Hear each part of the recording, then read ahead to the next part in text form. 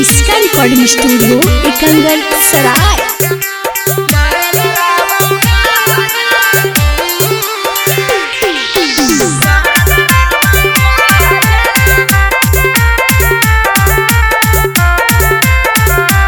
Presented by किसका films. होवेला राजा बउआ मौगी घर बनाया पांजा। होवेला राजा बउआ मौगी घर बनाया पांजा।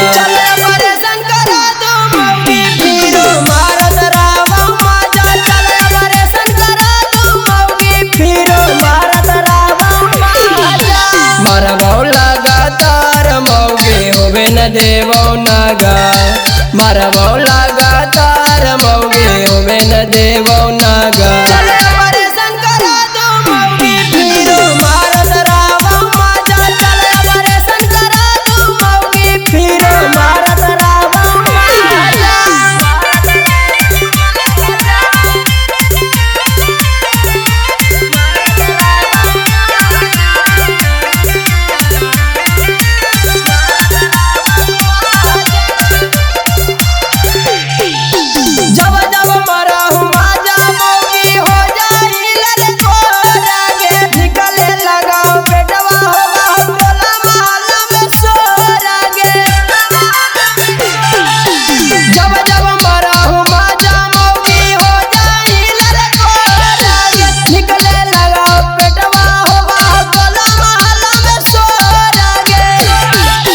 पाँच मिनट के मस्ती में हो जाओ 9 महीना के साजा।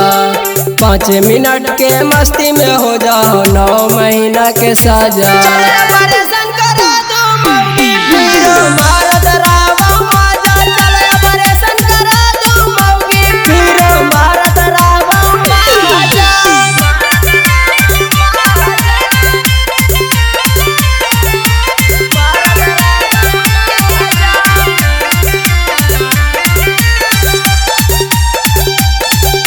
रिकॉर्डिंग स्टूडियो एकंगर सराय। हो जाई तो ऑपरेशन मौगी करबो रात दिल ली लागे। अविनाश सवारा माल गिरा के कर दो समान तोर की लागे।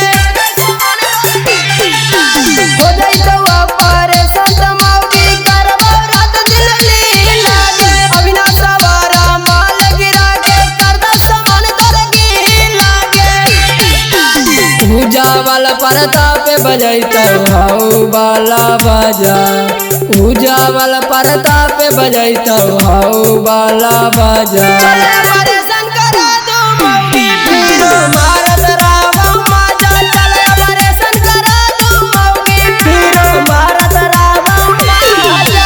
किसका रिकॉर्डिंग स्टूडियो एकंगर सराय।